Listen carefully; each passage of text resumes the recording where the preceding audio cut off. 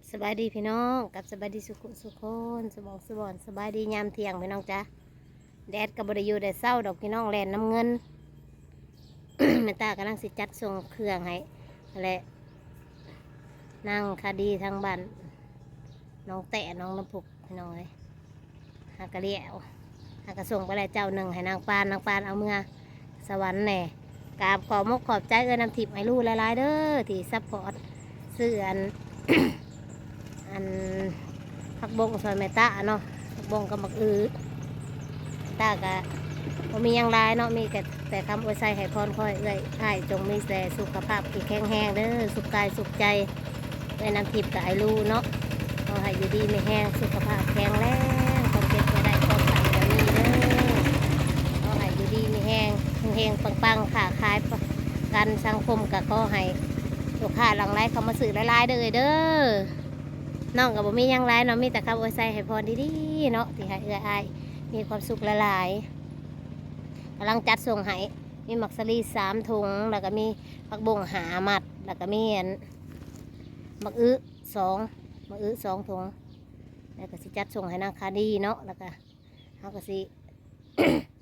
โง่มากินข้าวเที่ยงอยู่เพื่อนได้ป่านนี้พี่น้องเอ้ยสิไปแวะพ่อใหญ่แน่ตากับ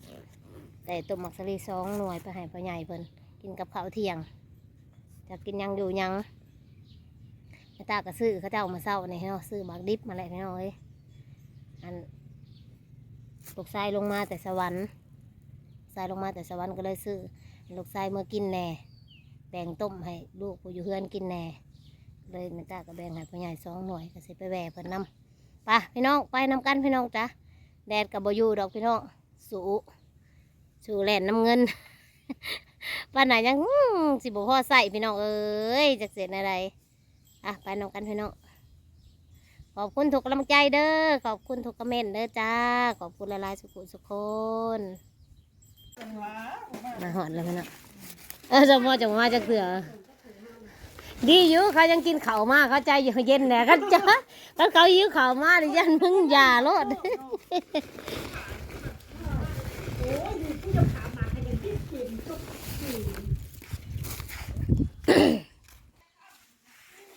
มาหอดเลยมักสลี3 ถุง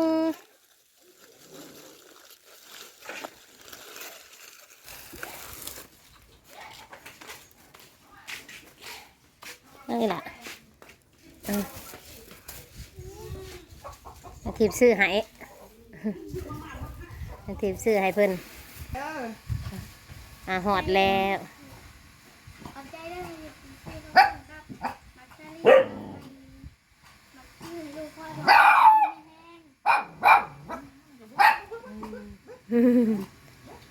มักสลี3 ถุงแล้วกันมัก2 ผักบง5 มัดนะมาส่งให้นางคาดีเพิ่น อันนี้เอื้อยเพิ่นบ่บัดเอื้อยผัดนั่นบัดเพิ่นผิวเพิ่นบัดขาวเนาะเอื้อยผัดดำกับพวกเนาะซ้ำไปเนาะ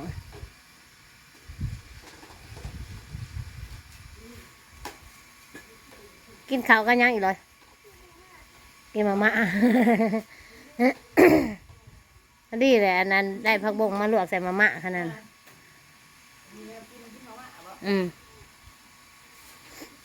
ได้บักสลี3 ถุงมัก2 ผักบง5เอามาจัดส่งให้กะแล้วจัดส่งให้นางปานแน่นางปานเพิ่นเมื่อสวรรค์อันก็มาแหวเอาบักสลีกับอันผักบงเมื่อสวรรค์แล้วก็พอดีอันเพิ่นมาแหวเอาอยู่เพื่อนแล้วก็พอดีนางเมื่อหันแล้วก็พอดีมาพี่นั่นก็ได้กลับเมื่อจะสิกินเขาว่ะ มาส่งก่อนเอาเมื่อน้องกันพี่น้องไปเฮือนพ่อใหญ่ก่อนทางกันดิป๊าดพ่อใหญ่บ่ได้พักบ่ได้พ่นพ่อใหญ่บ่ได้พักได้พ่นทำการทำงาน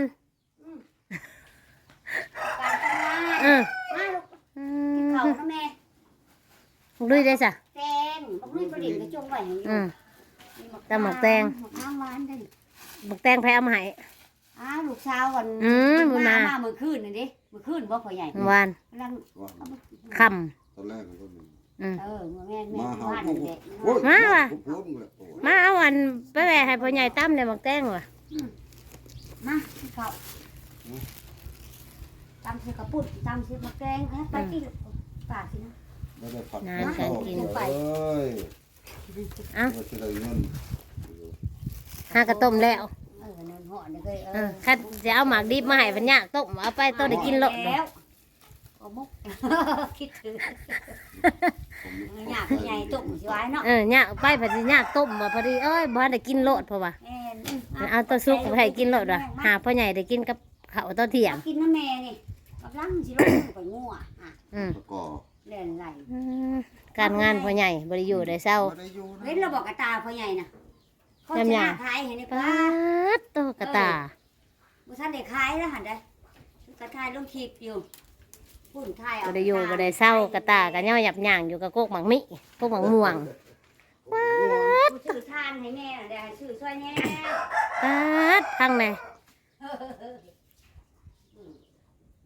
ทางไหนน้องละคุณหนูเป็นใหญ่แอว่าซื้อทานกระตาซอยแหน่ว่าสั่น ชื่อทานให้แม่ชื่อกระตาช่วยแม่ใหญ่แน่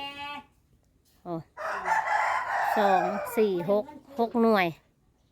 พวกลูก อื เอ้ย พอได้ซื้อกินใส่ปากขาน้ำขาไผ่ แม่แล้ว เฮ็ดอยู่บอก ก็สิเบิดเลยเนาะถอดเลยเนาะ ฮะ สิเบิดได้ล่ำนี่นะ แล้วจำได้ เออ ได้ได้หน่วยเติบได้เพราะ โอ้เจ้าว่าได้ผักชี แต่หัวซิบผมจากพ่อใหญ่ว่าไม่ลำหนึ่งพ่อตาตัดมาให้บอกพ่อตาว่าบ้านนี้ขั้นพ่อใหญ่ว่าไม่เบิดเด้อแต่ว่าบ้านแก้วให้พ่อใหญ่พักผ่อนแน่ว่ะให้พ่อใหญ่พักผ่อนแข้งพักผ่อนขาพักผ่อนมือแน่ว่ะ ว่าเขาก็ดีคือกันเขาหยานเขาใหญ่เมื่อยเขาก็ตัวเขาใหญ่ปะแก ไม่อยู่หวยมันลำใหญ่ นี่แหละลำใหญ่ได้ร้ายได้ แง่น มันจะกระตา การงานพ่อใหญ่บ่ได้อยู่ได้เศร้า เออ พูดให้แม่กินมันที่นี่แม่กินกับอยู่ดี ไปนี่อยู่ก็อยู่เฉย เด้อ สาธุ ไปเขาเป้าเจ้าบ่ให้แบนเด้อลูกเด้อ โอ้ยสาธุแล้ว คนขายแม่ตาคือการให้โชคให้งานบ่ให้เจ็บบ่ให้ไข้ดีแม่เบิดขวงเบิดลูก ๆ ลูก ถาม หลาน ว่ามันเฉียวนะ ปากขวงนี่นะ เตี้ย ถามแล้ว นี่เราบอก โอ้ย น้องกินหน่อยจ้ะ มาเท่าพ่อใหญ่กินหมักสลีกันเลย พอไป ฮักกระเสือออกแต่หมอหอนห้วน มันตั้งกระปุ่นคือขายบ่ขาดตรงนี้แล้วนี่ ไม่ใช่ อิ่มแล้วจ้ะ ไม่ใช่ตั้มกับปุ้งข้าวบกขาดแล้วว่าสันหมากหนึ่งก้นครึ่งก็อิ่ม 4 คน หมากบางใหญ่ ปากก็บ่ลุย มีแต่หมากใหญ่ๆได้3 หมาก10,000ก็ได้ อืม ซื้อหมากดิบมัน3 หมาก10,000มาต้มเอาถ้าซื้อตัวต้มผัดช่องหมาก10 ควายมาหน่อยโทรศัพท์เอง ถ้าซื้อตัวอันนี้ผัด3 หมาก10ตัวดิบมาต้มเอา แม่นะคนละคนเด้อก็มาลุย โอ้ปันกันคนละครึ่งโอ้พ่อใหญ่ฮักครึ่งบ่เด้คันบ่ครึ่งนี่ไม่ใหญ่เอาตัวร้ายแล้วคะแนนน่ะพ่อใหญ่แย่ง จะให้ตัวใดดีเหรอ เอาตัวร้ายซะบ่โอ้พ่อใหญ่กับแพงไม่ใหญ่ได้เอาตัวร้ายให้บ่ได้ เอาเมื่อวานนี้พ่อครูเอายังมาแจกได้เงิน60 บาทเสือตัวนึงแล้วนะบอกหน่อย40 บาทกับขนมไม่ไงลูกอยู่เอื้อนไปลง อืม มานั่งถ่ายกินน้ำร้านไปกินลูกไม่ใหญ่แล้วอ่ะ น่าพ่อใหญ่แพงไม่ใหญ่เอาขึ้นมาให้ไม่ใหญ่ แล้วได้60 บาทแล้วก็มาให้ไม่ใหญ่40 บาทแล้วเอา20 บาท น่า แล้วให้หลายผัวแล้วอ่ะคิดพ่อยายนั่งอยู่เอื้อนก็สิบ่ได้กินอีหยังแล้วว่ะ อืม เราถือมาให้ น่ะ แล้วก็ยังหูจับ วันอยู่บ่บ่ หวานได้สิ หวานที อืม หมูกะทิขาว พันน้ำผึ้งเด่นพันมันแพง เอาด้วยบอกสิกินน้ำกันแล้วสิเฮาก็ยังทันได้กินได้นี่น่ะหากันลกพักขึ้นมาแล้วก็มาล้างตะกุยตักไงอ่างพักแล้วแล้วก็เก็บบักซะลี่ใส่ถุง จะเป็นเบิ่งไก่ ไปส่ง ฝ่านนี้ หวาน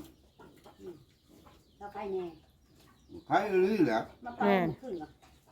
ใครเนี่ยมาเป่าอยู่เนี่ยมันเบิดแล้วแบบ เศร้าแล้วบ่ เนี่ยคนไปเก็บผ้า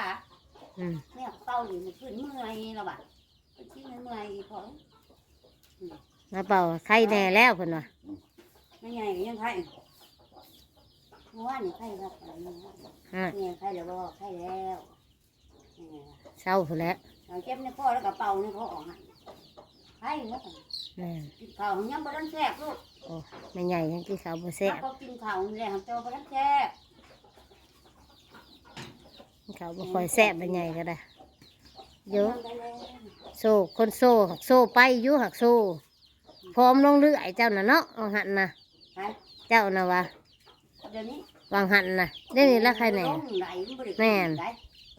เดี๋ยวนี้ใครแน่แล้วเดี๋ยวนี้นะเบาน้องเมื่อวานเบาอีกนิดเดียว อืม กะฮะก็มากินข้าวมาเมื่อก่อนเนาะพวกเนี่ย2 มื้อ3 มื้อนี่แหละหากกินบ่ทันได้หลายใครก็บ่ได้กินจักทีเนาะ แม่น ที่กินนั่นก็เช้า2 ค่ำเพลน2 ค่ำอันนี้เมื่อยว้อยแม่น่ะย่างจะหันไปหาหันก็สิเป็นลมแล้วนั่ง เขาหมักเอาตัวเก่า มาก็ตัวใหม่บ่แม่นบ่จังเอาเหลือกับใหม่ เอาใหม่ เก่าบ่เอา เก่าบ่เอา กี่ว่าโอ้ยจะเอาหมากดีไปโอ้ยอยากแล้วต้มว่ะเอาหมากสุกโลดว่ะ แม่นคิดดีแล้ว พ่อใหญ่กินหมากดีกับเขาว